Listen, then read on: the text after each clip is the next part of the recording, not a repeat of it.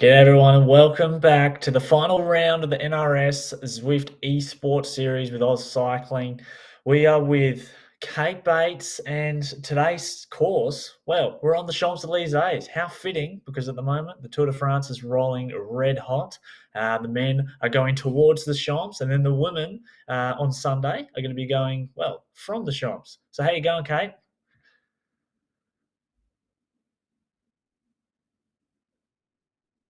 She's going fantastic. And while we just figure out her new microphone, um, we'll just run through a bit of the course today. Finally, a bit of relief for the sprinters because we'll cross to the results first. Nero Continental in third place for the men's. CCS Cycling, the Canberra setup, are in second place, only just with a 60-point buffer to St George Continental team, which obviously has been dominated by Oliver Jones, who's just been, Ollie Jones has been toweling up the whole competition. So perhaps today is a chance for the sprinters to usurp Ollie, who's been winning solo just about every race this series.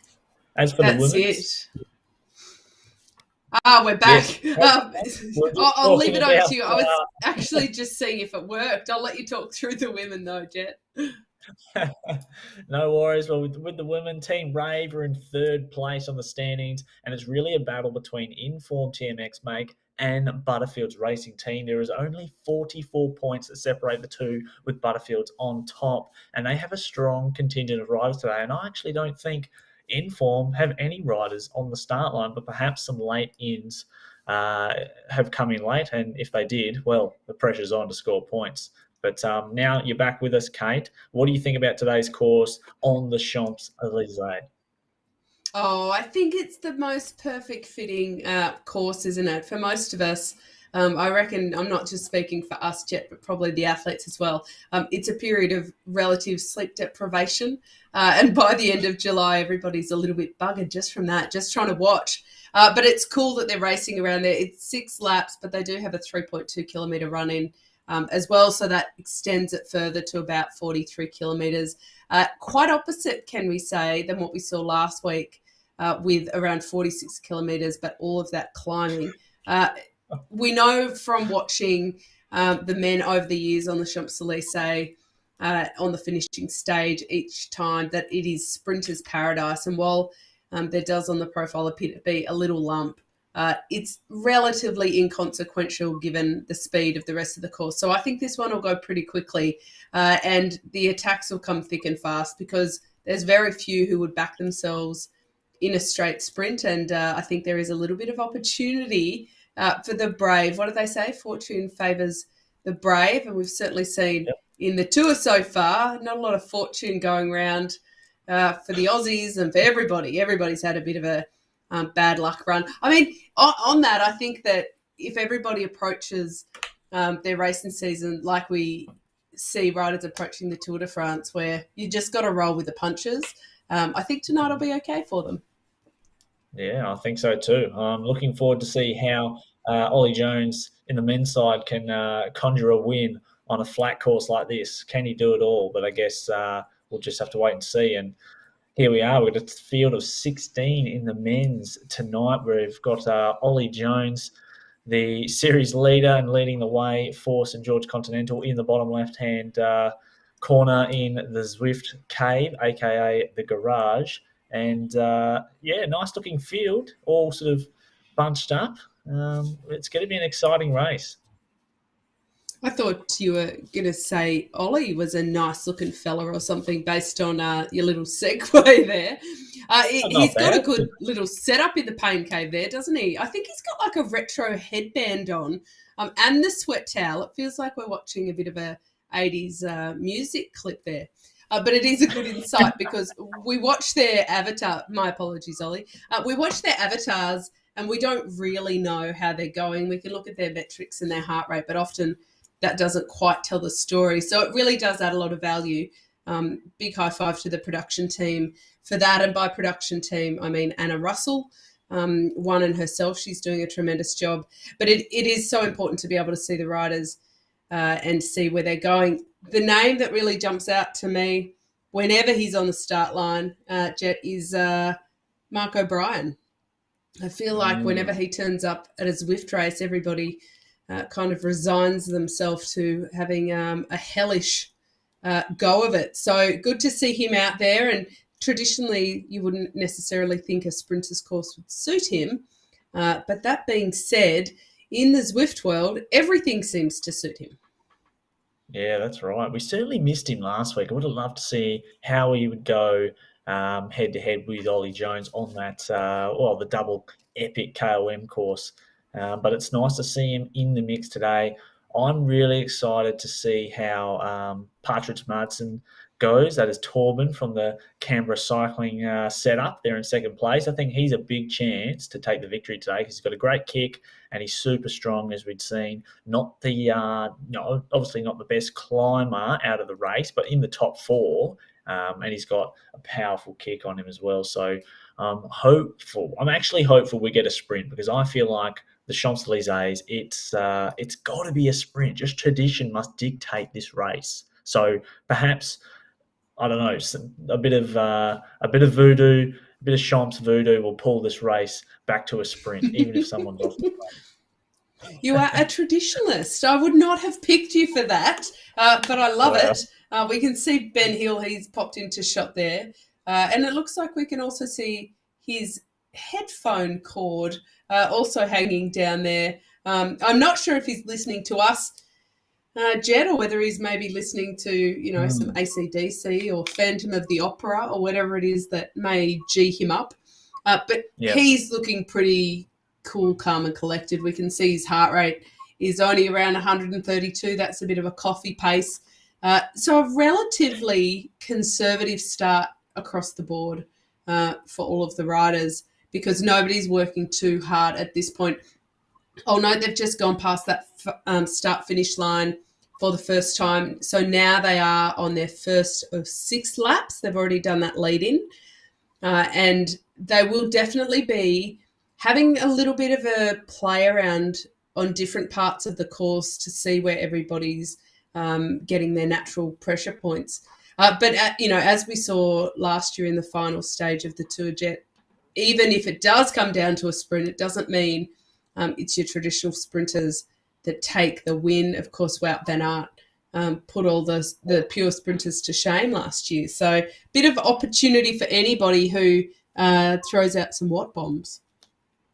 Yeah, that's right. And we obviously get to see, I think they're doing 6 laps today. So it's 6 opportunities to practice the final run into the course, which you go around the final it's a massive roundabout before you come back into that finishing straight. And everyone will be familiar with the finish as we head towards the women's race and check in with them. Everyone will be familiar with the finish, Kate, when you get that on the coverage. You get that awesome side-on shot of the men and then hopefully the women when they race there on Sunday of the sprint. I'm not sure how they do it if they have a camera on it's basically the view we're getting right now on the women's. It's just the side on. You get a really good feel for the speed of the sprint. So the riders will get to approach this roundabout. You can see in the top right-hand side in the map, and they'll get to do that 6 times. So it's an opportunity to get that right, get your positioning right when you hit that final little roundabout. But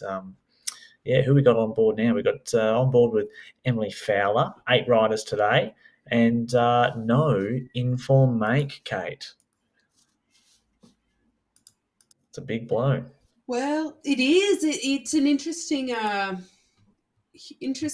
choice there, but we're seeing a huge attack here from Nicholson, Caitlin Nicholson, that is. She rode really well last week. She's from Butterfield's racing team.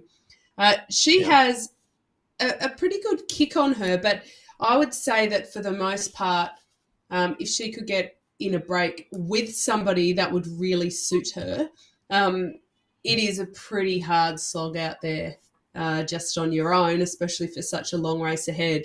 But you never know. When you're attacking half the time, you're kind of hoping that somebody comes with you. And you can often look over your shoulder and notice that you're all on your Pat Malone, and that can be a bit disappointing. But she does have a little bit of company coming across in McSporan and Fowler, or just McSporan, it looks like. So let's see if that happens.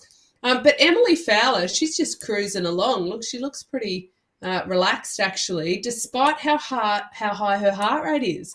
So isn't that, we'd look at that heart rate and think, oh heavens, she's on struggle street. But actually, we look at her IRL and she looks like she's really in control. Yeah, I thought that gap would actually blow out because it went quite quickly, up to 4 or 5 seconds. Now that we've got Kayla McSparran and Kayla Nicholson together. Emily Fowler got the bridge across, well, she's almost there, and she sort of towed Lynch and Rose Vassell with her as well. So they're going to come back together. That was the first attack. Just closing it now, be a little bit hard on this downhill section, but all favour the three riders. But with a group of 8, Kate, how many would you like, I guess, if you were in the break, how many do you think they would need to stay away? I mean, realistically, if they get a good break of 2 or 3, then that is a fairly safe number, I would think, especially when you look at the team dynamics then of who may be left to chase. Ultimately, I think a break of 1 can succeed on this course, but not this early in the race. I think they need to hold off a little bit. It is the interesting question, when you have got 8 riders on the start line and you do have 40 kilometres of racing, it may be the smart thing to do to just sit in and not do a lot for the first 30 to 35 kilometres. But that would make pretty frustrating racing for some of the riders, especially the ones who don't back themselves in a sprint. So I do think that it's unlikely we're going to get that, but there will be some in absolutely no hurry to make a little big effort, a little bit of an effort, a little big effort. Don't you love it when your English fails as a commentator, Jet? It's like watching, somebody get dropped on a climb. That's what it feels like when you can't speak properly and you're commentating. I'm noticing that some power-ups are getting dropped. They do get a power-up through that start-finish every lap, but it's a fairly early time to start dropping them, and it kind of indicates a little bit of fatigue. Counter-attack going from Rachel Vassell. She is from Step Forward. She has been pretty solid in this 4-race series. We are on the 4th round, of course. And I'm excited to see her progressing as she has over what has been an 8-week series, because it's been every fortnight that they've raced. It's pretty clear that nobody wants to hang around and just see what happens. And her watts per kg up over the 4 to 5 mark consistently indicates she's pretty motivated. She's not looking over her shoulder. I mean, you can't make your avatar look over their shoulder, although that's another request to the game developers. That would be really cool. She's just really going for it. Yeah. So, look, her heart rate is high and her power is pretty steady, but I suppose, as we saw from Emily Fowler, heart rate doesn't necessarily indicate anything, because everybody has a different heart rate range. Yeah, it'll be interesting to see how she goes. She's pushing some good power there, just sitting around her sort of 20-minute power as well. And she kind of got away for free there as well. It wasn't a serious, searing attack. She kind of did a 3-4 second effort and then just settled in. So she timed it really well when the pace was low and got a nice speed differential. So it looks like the girls there are just sort of keeping her in check, riding about 3.5 watts per kilo. If they keep doing that, the girls that are chasing, they will bring her back. But it's a good move from Rose, who, she's been good so far. And crossing over to the men's, we'll check in and see how they're going, see if there's any action in this group. It looks like we've got one rider off the front, D. Randell. I'll find out what his first name is, but he's just chipped off the front there. We've got Kobe Henderson as well. It's just a few little splits, a couple of gaps appearing. So they're not rolling around. You can see the watts per kilo in the right-hand table, and they're up there. This is a really hard portion of the race, and all the riders, especially these riders back here, like Grierson, who we've got on screen, they've got to push now, because once the splits open up and you've got a group of 6 up there, this is where you've got to stomp the pedals and just close it. You never know. Once you split and you lose it, it's so hard to get back in the wheel. You can see Josiah there. He's working really hard. It's that worst period where you're not quite in the draft, and we'll see him maybe just relax a little bit now. Yep, takes a drink as his avatar gets into the bunch. Someone has attacked. It's Ivan Bennett as well. He's gone off the front. Very similar to what we saw with Rose. So a bit of a counter, and he's away now for NCR. I guess that's Nero Continental Racing. Not sure about wearing the TT lid in a road race, but I mean, if you can do it, then. Well, I understand that it's all neutralised in the back end in terms of performance, so it doesn't really matter what they choose. Well, it will all perform. Yeah, but I think that makes it worse then, that he chose this not. He didn't say like, well, look, I'll look like a little bit funny. I'm not going to use any more derogatory terms than that. Fashion-wise, but it's fast. He chose this for fashion. So there you go. Which would indicate to me, Jet, that perhaps Bennett has some triathlete in him. That would excuse it, perhaps. Although he's got long socks. Yes. Yeah. Yes.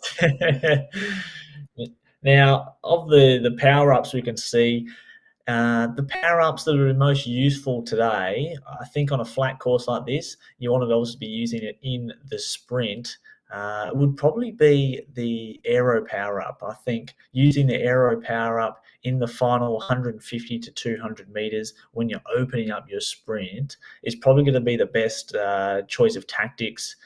If you've got a good kick on you, it gives you the aero boost, means you're running a bit faster, and if you like to hit out the sprint from the front, that is a good option. So if the riders don't get the right power up, they'll just get rid of it. So they drop it here, they go under the banner, and they'll get another one, and you just get rid of it. Or you can hold on to it if you get the right one, and then you don't need to play it until the sprint. But getting the little overhead shot and a bit of a demonstration of the graphics in Zwift, getting pretty good, I have to say. And how about this? I don't know what that was. That's a solar flare. We're about to go in. This is what indeed. Of the earth. This is what it's like. And we've got Partridge Mudson, Jones, O'Brien, Ben Hill all running away from the sun, and Ivan Bennett getting across as well. And it's it's quite a view. It is quite a view. The riders can't see that, I guess.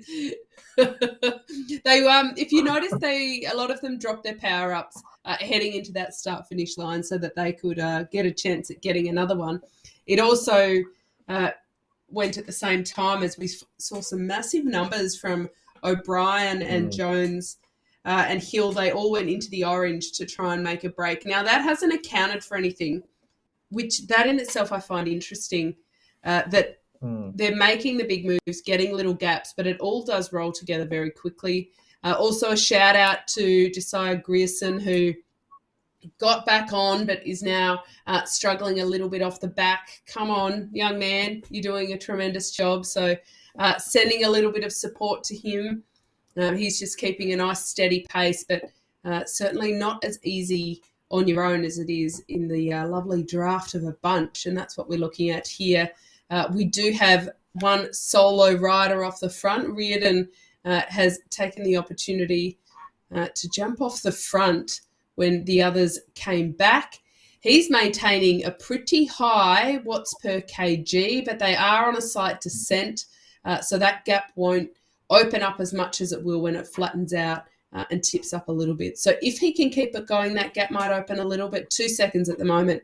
I don't think anybody's going to be too concerned about that in this chasing bunch.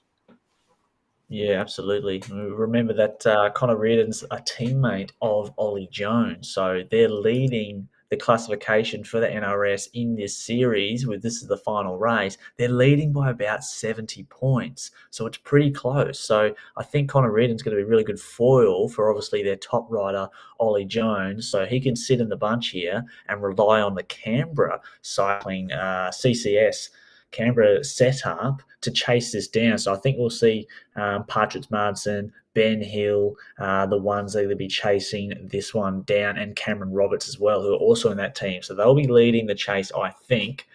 with Bennett is also getting involved from Nero, who are in third. So the onus is on them to chase, as we see Dan from Nam, or at least a lookalike as well. Someone's done the laser challenge there with the new laser helmet.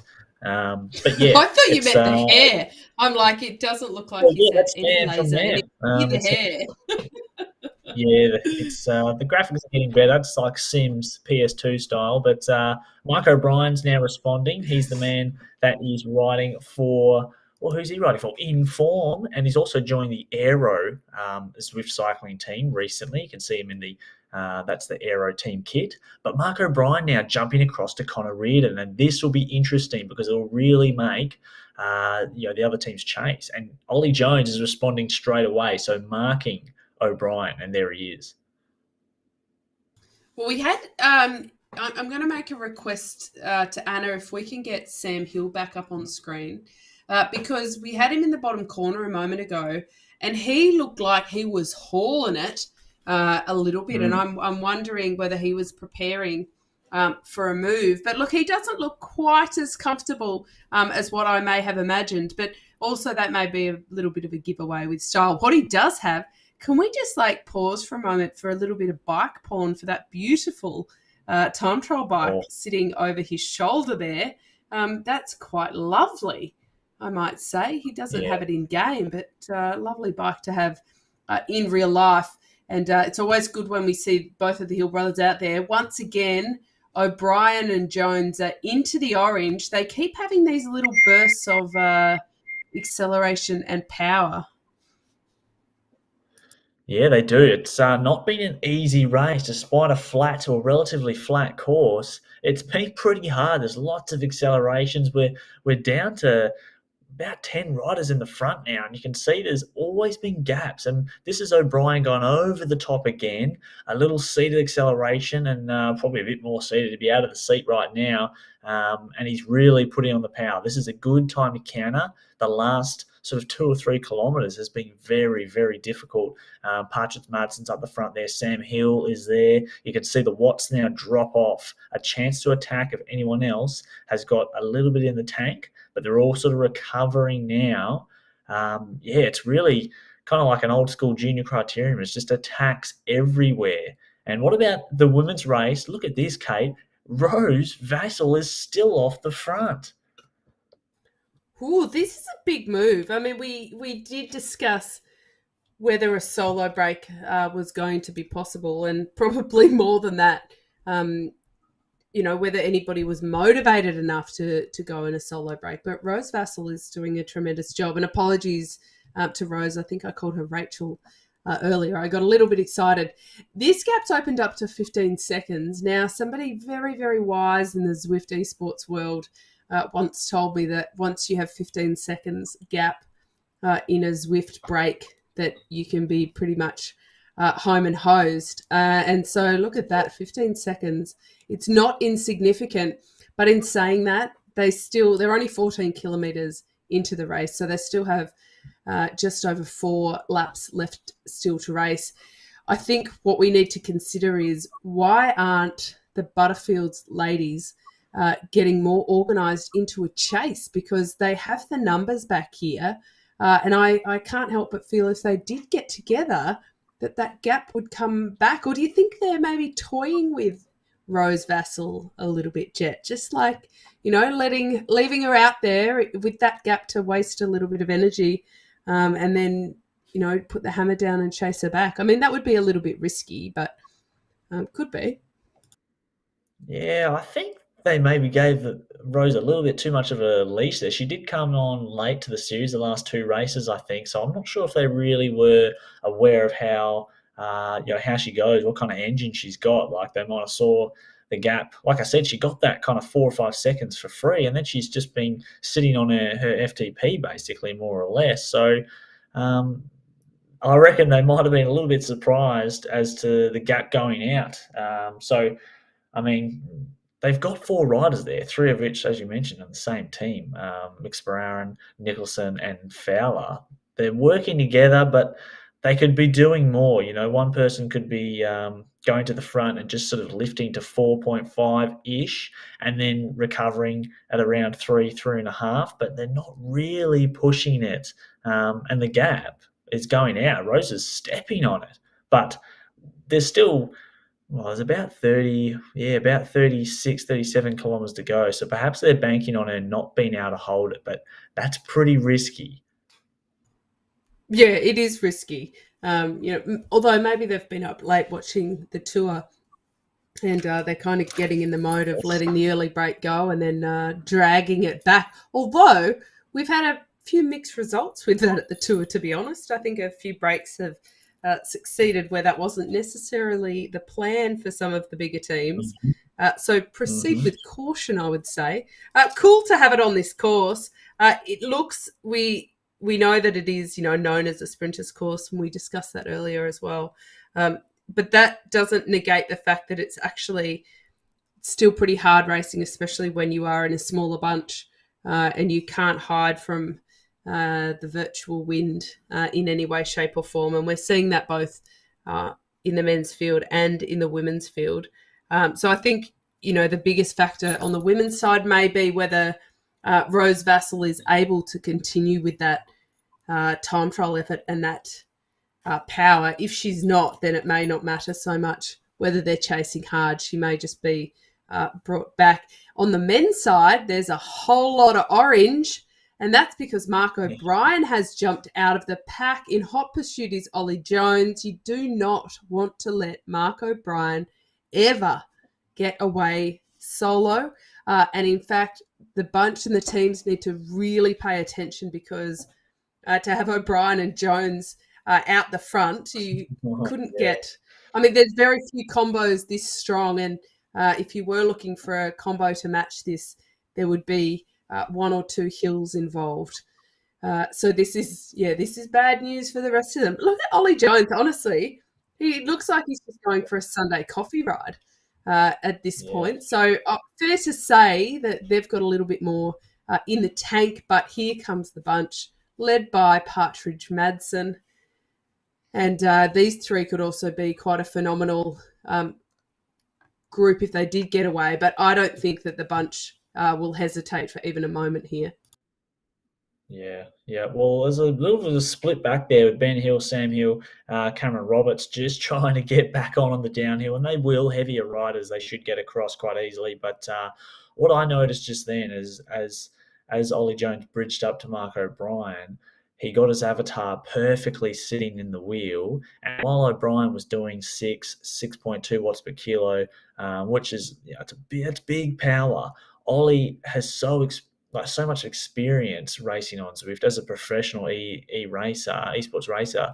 He was able to position his avatar right on O'Brien's wheel, and then he knows that he can back down to 4.5 watts per kilo. He was even sitting on 3.8 for a little bit, right in the wheel. So when you're a really experienced Zwifter, you actually get really in tune with how much power you need to put out to keep your avatar in position. And it is that old sort of, the general algorithm of the draft is similar to outside in most circumstances. On flat courses, it's around a 30% drafting benefit. So you can drop your watts around that 20 to 30% mark when you're in the wheel. And sometimes you're in the draft, you can be doing more watts than you need to be without your avatar actually moving. So that was really cool to see his experience as Mark O'Brien goes again. And it's Ollie Jones, the first one to close, perhaps. No, he's off the pedals. It's going to be Partridge Madsen.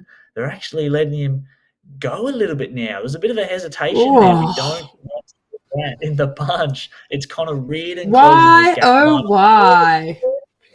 It's big power, and he's got 2 seconds. Ollie Jones chose not to close this one. Look at, he's almost soft pedaling now, and they're giving him, well, like you said, you don't want to give Mark O'Brien any time at all.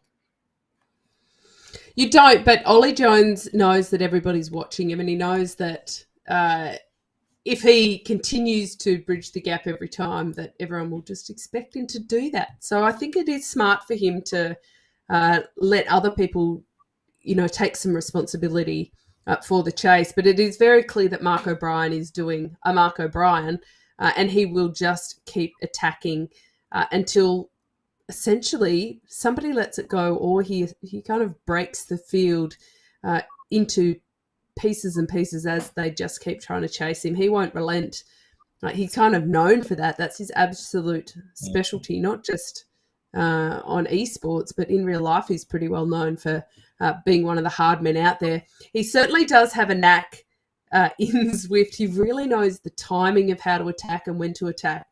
And you know that once he goes, he doesn't just have one attack in him, he has multiple. It's only 4 to 5 seconds at the moment, but that is a significant gap, and it is the biggest the gap has been so far. But if we do look back look at Ollie now. At the field, look at these orange numbers. They are the big names: Jones, Partridge, Madsen, the Hill boys. They're the big names that aren't just going to sit back and let him ride away. And in fact, here's Ollie Jones. Not only has he ridden across, he's blown straight past him. Jet, he's on a mission here. Yeah, big move. I was watching him in the bunch and watching his numbers. What he was doing was he was sitting right back in the bunch, and like that experience I talked about with the drafting earlier, he was doing like 2 watts per kilo, then getting back on the pedals, 4 watts per kilo, but really sitting on. And I think he was letting the gap go out to Mark O'Brien to around 5-6 seconds. And then he used the little riser as they come underneath that bridge to launch off that, launch from the bunch and get across, because I think he was backing his sprint in to get across that gap quite easily, because don't forget he's got a huge sprint under the tank, a 15 second sprint over 1,000 watts. He's got a massive kick. So I think Ollie Jones is going to try and use Mark O'Brien as like a free launch pad, basically. Let him get out front and then bridge across solo and hope that no one else can follow him, and then he'll be quite happy to go to the line with Mark O'Brien with his sprint power. But, you can see riders getting dropped here. Ben Hill's sort of just off the back there with Sam. Lionel Maudit's trying to get back on. Roberts is down. Randall's down. So O'Brien, Jones are really pushing on now. Sam Hill is getting amongst it. He's up and about. But the men's race has been absolutely full gas. That's going to be the title for their rides today. Yeah, absolutely full gas. I think that is a very good way to describe what's going on. If we look back over at what's happening in the women, there's some full gas happening out the front from Rose Vassell, 24 seconds now. It was 15 seconds last time we looked. But we have this group of 4 who are they're working together, Jet, but I don't know that they're on limit. Emily Fowler, her metrics look quite comfortable, and she and herself looks quite comfortable. But are the Butterfields women communicating? Are they talking about this, or are they happy in the overall scheme of the points to just tap it in, the 3 of them? Because that could be something that they're thinking about too. That's a good point, actually, because they've got who is O'Day Lynch. She is riding for Step Forward, as is Rose, but Step Forward actually aren't even in the top 4. So Butterfield's racing team, they're wrapping up the NRS Esports series with, just sort of consolidating their position right here. Now, they're still chasing, but the gap isn't going down, and Rose's move is kind of the equivalent of, if you can imagine, in the Tour de France in the mountain stage when the GC say we've got Pogacar, Vingegaard, Thomas all together, and maybe someone like Lutsenko is there, or Vlasov, who are 10th, 11th on GC, and it's a mountain stage. So it's kind of the equivalent of Vlasov or Lutsenko attacking, and the GC guys looking at each other and going, well, they're not really a factor for our GC, so we'll let them go. But you know what? I think Rose is actually just riding the wheels off this. She's overpowering those groups, those 4 girls trying to chase. Well, do you remember the stage of the tour more than a decade ago where Torhutov took off in the mountains and rode solo to the finish? And they did chase him. They tried to chase him, but he was just on one of those days that it didn't really matter. And that's what we may be seeing from Rose Vassell, because while BRT can definitely say, well, we've got the overall, it's no biggie, we also do know that they're all pretty tenacious races, and every victory counts for something. Sorry for a little bit of background noise too there. I've got some small humans who are very interested in the racing going on screen here, who ducked into the room, Jet. So we've got some little esports fans sitting up and having their go in the microphone. Rose Vassell has just kept a really consistent pace around that 4 watts per kg, a little bit of a diesel engine. Over on the men's side, it's a different story. It is a yo-yo. It's a very dynamic race, and it's going from being quite fast to a little bit more civilized. They're not really getting in much chance to really get organised. And aside from O'Brien and Jones, there's actually not a lot of attacking going on, and you have to wonder if they've kind of intimidated them, the rest of the field, into just sitting around and letting them dictate. Yeah, I think so. There's been action for sure. They've just sort of cooled their jets a little bit. They've got 20 k's left to race, and I think the speed of the bunch. Remember, they're traveling at 52 k's an hour. So to really get their speed and break away, they're going to be needing to do like maybe 55 to stay away from this bunch, even though it's smaller. So that takes a lot of power, and perhaps Ollie and Mark are just sort of keeping their powder dry, resetting, and just sort of trying to recover as well. It's an opportunity for the others to attack, but I think they'll also be recovering, because it was a pretty hectic start. So there'll be some good power numbers, I'm sure, in the Training Peaks files in the first 20 kilometres. That's for sure.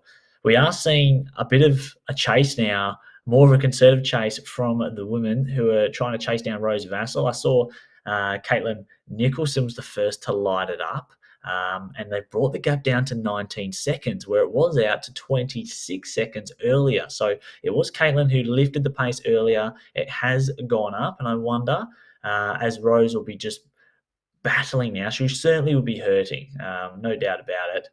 She's been away, just keeping over 4 watts per kilo for, 36 minutes now, the best part of, and she'll certainly be hurting. So if you see that ticker go down and the gaps start to reduce, it can sap the motivation of being, the woman out in front. But, she's still holding good power, but I think we're going to see that gap come down to around the 14 second mark, and then, I guess we'll just have to wait and see, but it's going back out again. Well, at what point does she get up? At what point does she watch that gap come back down and think, oh, I've done enough? Because I tend to think, especially watching esports, which is a little bit different, that it's almost a little bit irreversible once it's at about 10 seconds. Unless you're right near the finish, and you're literally running out of time. But you tend to see people, because there's that element in esports that isn't in IRL racing, which is where you don't really get to freewheel at all. So if you were on the actual Champs-Élysées, there's quite a lot of freewheeling that goes on around corners, down through the tunnel, and down the opposing side opposite that start-finishing line. But on the trainer, you don't get that at all. You don't get a dead moment. You don't get a dull watch. And so it can be a little bit more, let's call it impressive, the mushroom cloud that happens. Because I think if you ever go hard enough that you just completely blow up, that's awesome. It might be a bit disappointing if you don't get the outcome you want, but I really respect that and the way people race to do that. So I think that it is a bit different in esports, but Rose Vassell is doing a tremendous job. And if she can just keep at that pace, it may be that chasing group is yo-yoing a bit to come closer, but then drop back out again. And for what we can see so far, she's really maintaining just over 4 watts per kg. She's about to go through that next little sprint banner that is not too far before the start-finish line. She's got 3 laps left to go. She's in a pretty good pace. Let's see if she can keep that up. over on the men's, again, it's a bit different over there, isn't it, Jet? Like they're certainly having a little bit more, shall we call it fun? Is that the word? Well, yeah, I guess so. They'd all be chatting in one line. I mean, all they're missing now is the champagne and the hands around each other, just like the final in the Champs-Élysées, the winning GC team. And they just sort of line up and get a little champagne and then kind of try and balance for the photo. As this rider, nice sunglasses. They kind of look like the Oakley Clifton's. I have the Odyssey version, just saying. But they're going with the visor as well, the Ukraine special shoes for the Tour of Zwift or Tour of Bitopia. I like those. But yeah, they're just cruising now, and I mean, I'm pretty happy about this. I want a feral sprint. That's what I want. Legion of Los Angeles style, but it's going to be. I think this one's going to come down to a kick. Not just a normal sprint, a feral one. Well, that's right. On cobbles, on the Champs, it just deserves it. That's what I think. But Ben Hill, it's a real chance to recover now as well. Like it was such a hard start. Look, they really put the clutch in 3 watts per kilo, and all the other riders, yes, they're probably all fresh enough to launch an attack, but they know that all the other riders have been able to rest as well. So it puts them off. But I'm not seeing Mark O'Brien here, Kate. He has disappeared. That is concerning. He has. It must perhaps be a power. Well, I'd hope so. I sincerely hope so. Rather than him just coming in for the first half to wreak havoc and then sayonara. I don't think he would do that. But that's a bummer. That's really disappointing to see him gone. And Ollie Jones will be missing his little breakaway companion. I think, or perhaps they won't miss him at all. Well, Patrick Martin's, yeah, he miss him. He's saying sayonara, absolutely, or au revoir. I think that's French. As he storms down the back end of the cobbles, the downhill section really it is French. Yes. Attack. He's got purple wheels on as well. I like those shoes. Maybe Physiques, or maybe the purple S Works. I'm not sure what they are. We just sort of zoomed their Bonts, of course. They are the Bont Riots. It's a beautiful shoe. And it's been closed. It's closed down, Ben Hill, and he's thrown the cat amongst the pigeons. I wonder, has he started it now? Will we see some more attacks, Kate? Someone's just lit the fire. I think now that yes, exactly. I cannot imagine that they will just be sitting around for a sprint. And I suppose that's in part because there's not a lot of names on the start list that are pure sprinters. And if you're not a pure sprinter, sometimes you sprint really well and other times you don't sprint nearly as well as you could on a good day. It's a little bit more hit and miss. So, I mean, I'd love your thoughts on this, Jet, because for me, when I watch a group of quite good riders, but not necessarily dominant sprinters, not taking it into their own hands pre-sprint, that it's always a bit of a curious sprint because nobody's, really 100% sure of what may accelerate. So pretty classy bunch of riders here, but I think that they're going to want to finish on their own terms. Yeah, absolutely. A sprint with this small of a group, there's 6 riders, so positioning isn't so important as it would be if there was a group of 20 rolling into the line like we've seen in previous streams that we've covered, as we've seen the Solar Flare there make an appearance. But the positioning isn't as important, so I think there might be a slower run to the line for this sprint, which will be really interesting because if they do approach the sprint on the final lap at a speed like they're going just now, the acceleration, and so the acceleration becomes the most important factor. So who's got the biggest snap not necessarily maybe the biggest, like a drag race sprint. Usually when it's a fast lead in to the sprint, positioning is really important when there's a bigger group. So usually the pace is a lot higher. So you're doing 6, 7 watts per kilo in the final minute before you have to then launch your sprint. So that can sap some of the power out of the guys with a nice kick. So it sort of makes it less of a pure sprint. But when we've got them rolling around like this, sharing gels, it's really comes down to some, who's got that big acceleration, the big snap. So I hope for the sprint we should get the rider cam and hopefully on Ollie, and we can see just how violent you can be on the trainer with your bicycle. You're like 20-year-old and you're quite a mood. Well, look, it's all of these words are yes, and these are words that are very often used with cycling descriptions, I suppose. Interesting, Sam Hill, his heart rate is only 132. We know that is nothing too red hot. Just cruising along at this point.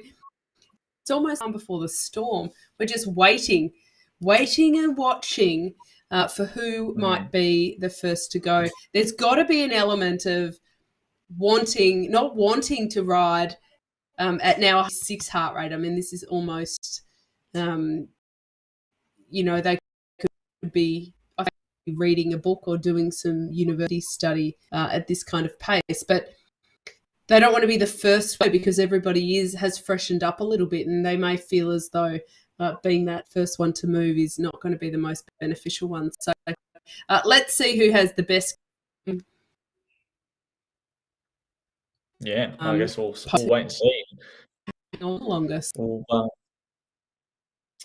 We'll see Sam just cruising there. He's got a decent kick on him as well, but he would have preferred a little bit of a harder race. If Sam Hill wants to win this race, I think he needs to go with a bit of a kilo-style effort and sort of launch maybe just before they go around the giant roundabout that we see. So that's about 2Ks out. That's what I'd like to see from Sam today. I think he's riding in some good form. And he does have a good kick, but they're all going to be wary of Ollie Jones and Partridge Madsen as well. So I hope to see I think we will see some late flyers in the final sort of 3-4K. There's riders in there, like let's see in this top front. So Ivan Bennett from Continental, Ben Hill is a crafty operator. I think riders like that, Kobe Henderson, they're going to be going for something long range in the last 5 or 6K. So it's going to be really interesting. So it might be a case of closing down a move and then going over the top. So it is a chance if you attack late for all the riders to look at each other, particularly if Ollie Jones is in the bunch. And so still on board here with Sam Hill. He's obviously riding for Continental as well, part of the Zwift Academy, one of the finalists, and so close to actually winning the Zwift Academy as well. He was super strong as well, and perhaps didn't quite get over the line with what they were looking for in the academy in terms of the rider profile. But strong rider nonetheless. And I think he's coming in some good form as well with some key NRS races in real life coming up. But Katie, it's 10Ks to go. I was just mentioning how we might see a few late attacks in the final 3K. Well, I love a good late attack. It's actually one of my favourite moves of all time, and I always get quite excited coming into bunch sprints in the big races, just waiting to see who might do it. We've had some really good late attacks in Zwift Community League over the seasons as well, which is pretty cool. But you do have to be it's all about timing in the late attack. And I'm a fan of around the 2 to 3K mark. We do have, as you said, just shy. We've got about 9K left to go now. And so this is really, I think we've entered territory now where they're waiting for late attacks. They're in that in-between now where they're all freshening up nice and well. They haven't been doing a lot for about 8 kilometres. They've been cruising along at this pace. And so now they are just kind of readying themselves to really get stuck into that finale. But exactly, I think, as I said before, who's going to be the first to go? Because usually it's not the first to go that will stick when there is such a small group and they are literally just looking at each other. Yeah, I can kind of see, I can foresee a move going in the final 3K, and I can see Ollie Jones closing it and no one else being able to close to Ollie, and then Ollie winning over the top. I can honestly see that happen in today's race, especially now that Mark O'Brien's gone, because he kind of looked like the man that could, sort of match him toe for toe in terms of power. But yeah, it's going to be really interesting, and there's a lot of fresh legs just chipping around here in this bunch. But it's been a hard race. There's plenty of guys have been eliminated, and I think it's just cool they're racing on this course, the Champs. It's coming up in a week's time as we sort of check in with how Rose is going. That gap looks to me like 31 seconds if we swap to the women's side. But yeah, it's a special course to race on. I was actually chatting with Kate last night. If any of the Press Room Podcasts fans are listening, I was chatting with Eliza Balsamo, the world champion, and she was saying just how special it was for them to race, or how it will be to race on the Champs. They're all really excited, and especially because their race starts before the men's on Sunday. So while the men are going out and doing the longer loop, the women will be finishing on the Champs. So it's a massive, massive moment for them. And it's cool. We're seeing it right now. And Rose, well, she's channeling her inner Balsamo, or perhaps Lorena Weber's. Yes. Oh, I love that. That's very cool that you get the best guests on your podcast. Jed, I've got to say, you do exceptionally well to wrangle the get them to relax and speak quite openly. It is going to be a monumental Sunday to have the Tour de France Femme start. I cannot wait for that. It will provide a lot of motivation and inspiration for women, both on bikes and people who just in general are looking for the women to get their equal place in focus. But Rose Vassell, I mean, for all the thoughts of can she hang on, will she hang on, that gap now actually hasn't opened up tremendously. It's not that they've just let her go. It's come back closer, it's gone out further. All in all, Rose continually consistent power. And this chase group is just not organised or perhaps motivated enough to really make that dent that they need to. Yeah, it is. Rose just simply, I think she overpowered them to get out to that magical plus 15 seconds. It's now over 30. She's really cruising now, but it was a real barnstorming ride, and I would have loved to have seen how she'd go in the first two races as well. But she made the most of a smaller group, and like you said, you could go solo and win on your own with a field size like they had today, and she's certainly on her way to doing that. There's 10Ks remaining.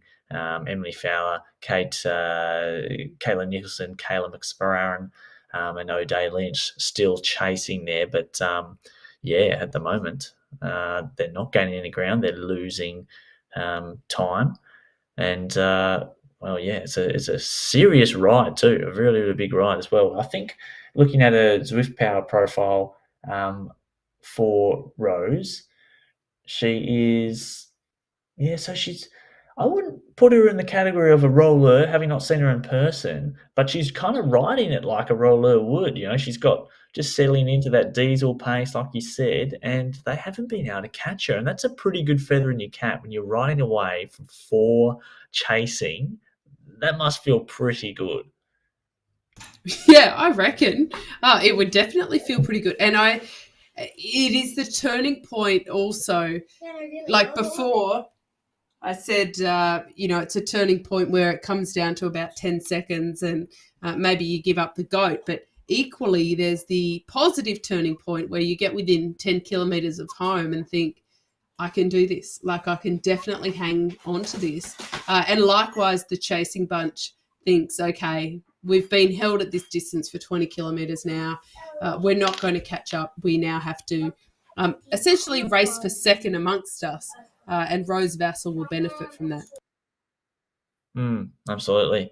It's starting to kick off on the men's side now. We're now entering the final lap of this course. We're about to tick over the last little roundabout. This is kind of the running I was talking about as they go around this. It's not a roundabout, it's the Arc de Triomphe, I think it's called, which twice a year the sun sets right in the archway, which is pretty sweet. Maybe I could see it one day.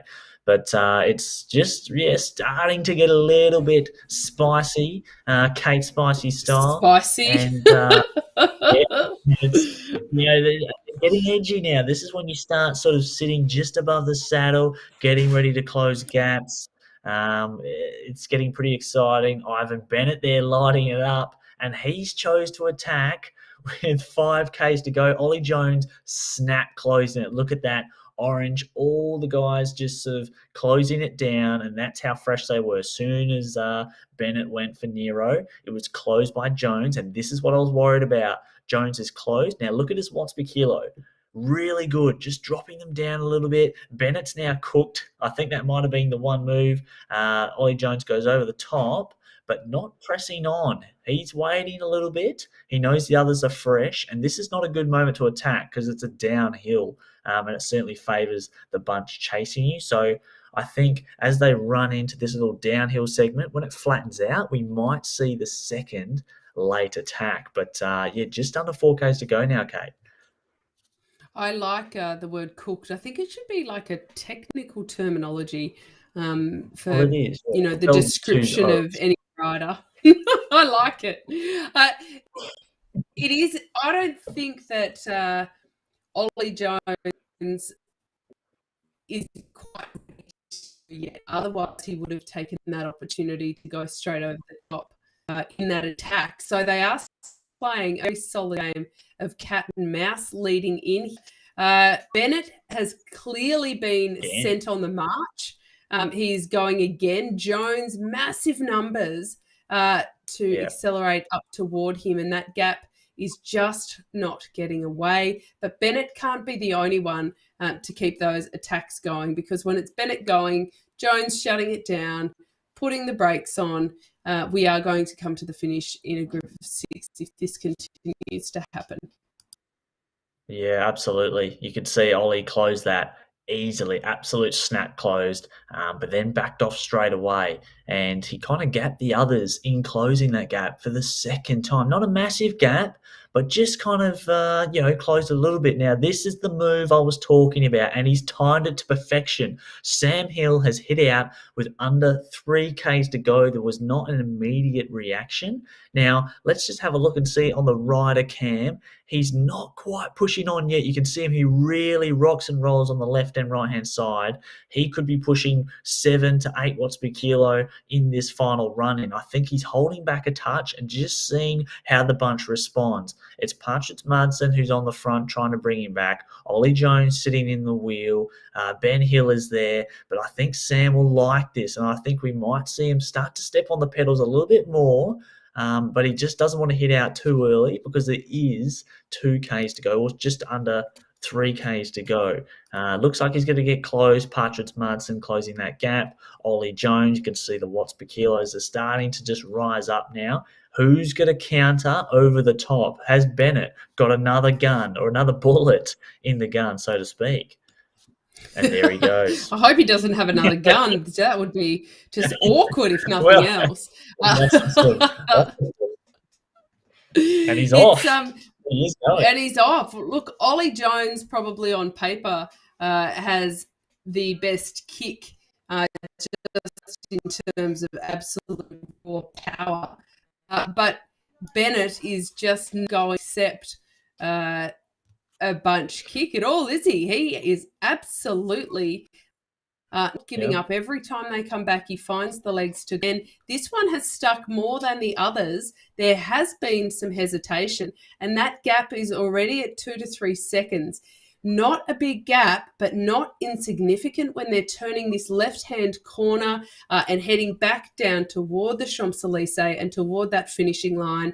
If there is any more hesitation from that group behind, I say that Ollie Jones flies by in the orange. Yeah. He's followed by Hill, Ben Hill, then Sam Hill, and it's just changed very, very quickly. Ollie Jones, not even a second gap, but we can see that he is keeping the Hill brothers from getting any kind of sit or aerodynamic advantage by keeping that gap open, but he's gone early. This is a very big move from him, but a very early move. I've got to say this is shaping up perfectly for Sam Hill. If he can just hold on to Ben Hill's wheel, then I think he's perfectly positioned here. I say that, and then he comes to the front. That changes my mind somewhat.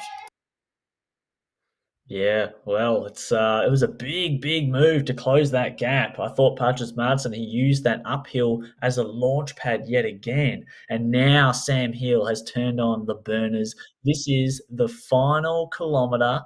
Don't forget about Patrick Madsen, who was just trying to close to these three as well. You got to watch the watts per kilo fall away here, and I think Patrick Madsen is going to get back into the wheels. He's not far out of screen. An aero power up by Ben Hill. He is now launching his sprint. Ollie Jones is in the wheel. We now have two up front. Jones is in the wheel. Look at him use his watts per kilo now, dropping off ever so slightly. There's still 300 Ks to go. There's been some sort of dropout, and that was it.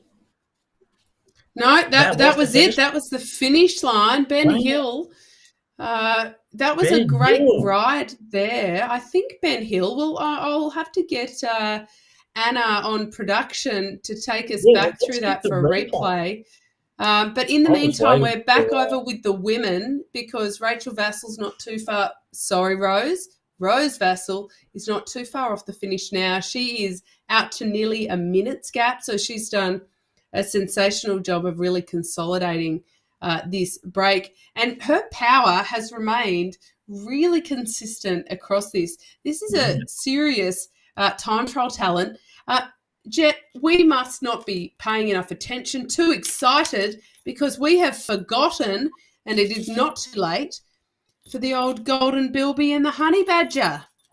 So, while we're on the women, I don't think we can go past Rose Vassal for the golden bilby. I mean, what are your thoughts? It would be a hard argument.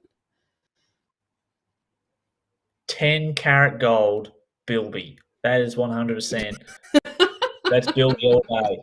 Rose, a.k.a. the golden bilby, times two. She's raced twice this NRS season, and she's taken home 2 golden bilbies. That is kind of like taking home 50 arias. So you can't question it. She had the strongest race. She's won by over a minute. Well, she's going to win by over a minute. Really barnstorming ride, and those chasing four, they were chasing, and I think she just basically she overpowered them. It was a really impressive ride and gutsy as well to go solo.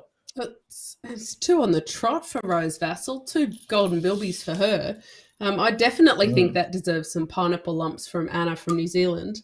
Over on the honey badger side, what do you think, Jet? I'm going to let you choose the honey badger, and that is the most aggressive, most standout, whatever you'd like to call it, ride in the men's race. Well, there's a lot of attacks going. Ollie Jones was obviously very active. So was Mark O'Brien. But I really liked the digs from Ivan Bennett. I think his efforts in the final lap, he took 3 big accelerations in that finale. And I think we should be giving it to Ivan Bennett. I think it was a real gutsy performance. So he's the honey badger today. He had claws out. He didn't take the win, but he certainly was the most aggressive. Yeah, I will pay that too. I think Bennett had an absolutely cracking solid ride. to not Mm. give up. The end just went so quickly. We were like, what is going on here? What is happening? So we are awaiting those final results while we do watch Rose Vassell ride in. And then there will be a little bit of a wait for second place. They are now over a minute further back.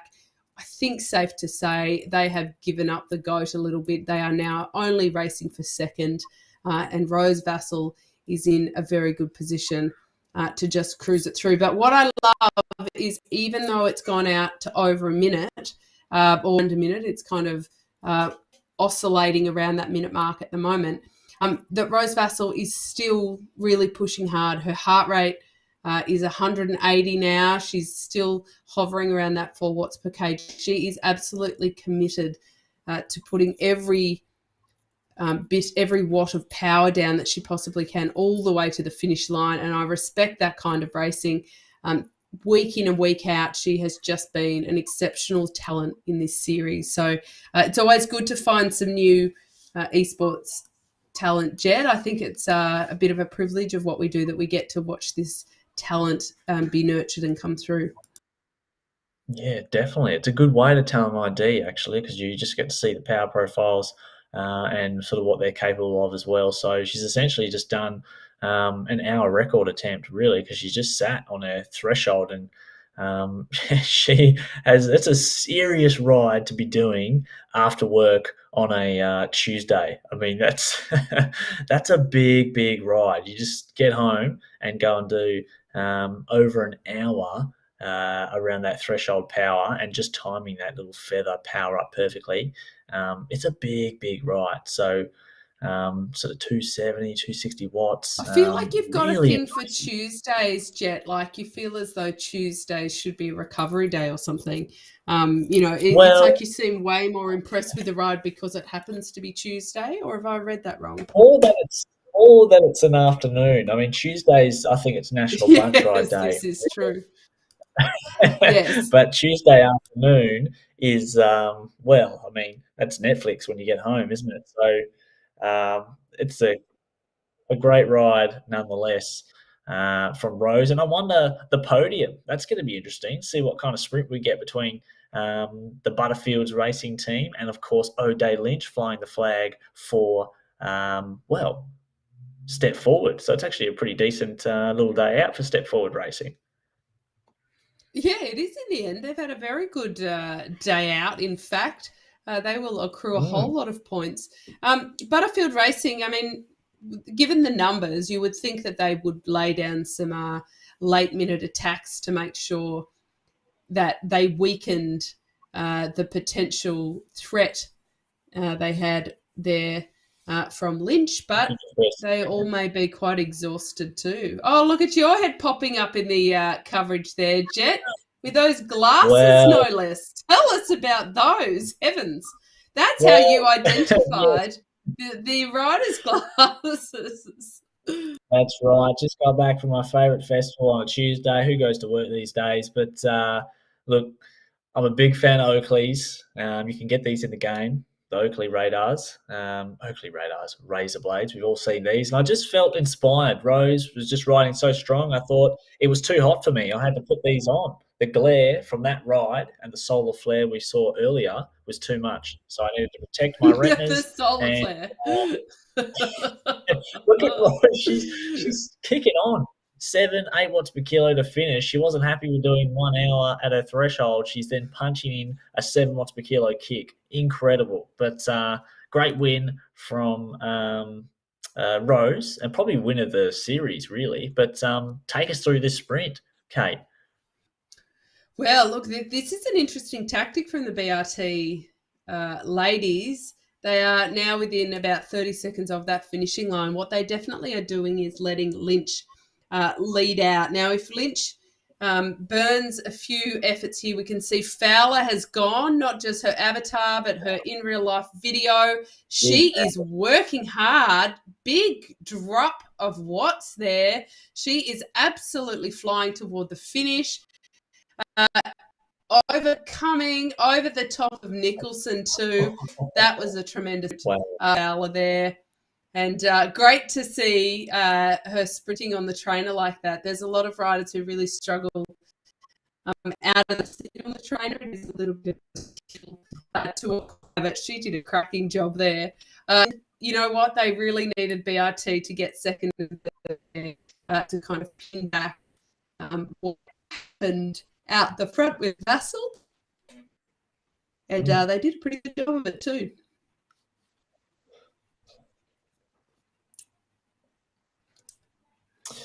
Wow. Yeah, that was heavens. A crazy. I'm sorry, my internet's very good, Jet, so I might have to hand this one.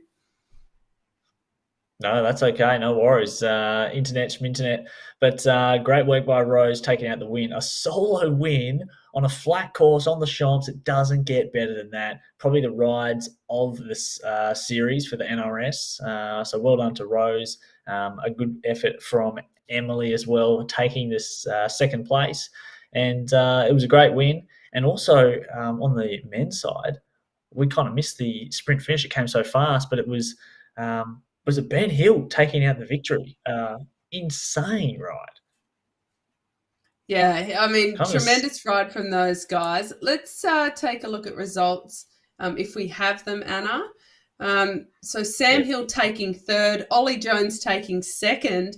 What a ride from Ben Hill to overcome the strength of Ollie Jones and the push from Sam Hill, who went a little bit earlier. So great result all on for them, and a really great ride in particular from Ben Hill at the finish there. Yeah, that was a real smoky. He timed his move really well, and he was one of the riders that wasn't jumping the entire race. He was just covering the moves and often kind of the second or third last rider to get back to the bunch. So he really saved his energy, and perhaps that was why he was able to overcome Ollie and Sam in the sprint. So a pretty smart ride from Ben Hill, who, as we know, Kate, is quite known to be a very crafty rider. He absolutely is, and I think that he uses esports to really sharpen his skills, and what a tremendous series this has been from AusCycling to put on. Been great to have the support here. We'll take a look at the women's results as well. Of course, we know that Vassal took the win. We spoke about her all day, but Caitlin Nicholson in third. Emily Fowler second with that fantastic sprint finish. And Rose Vassal and Bilby of the last 2 weeks. What a tremendous season from her. She's really stepped up in the esports racing game, Jet, and I think she's a very big name to watch in this space in the future. Yeah, absolutely. I think it was a really good talent identification, and I think some of these names we saw chopping off and going nuts here on the Zwift NRS AusCycling Series, I think these are some of the names we're going to be seeing at the Nationals come the Australian summer as well. So really exciting to see some of these names come up, and we know who to look for when the summer of cycling returns in that January area. But I'm very curious to know what is happening with, we're going to go straight across back to us. But Kate, what was some of your favourite moment of this NRS Esports series? Put me on the spot, Jet. Go on.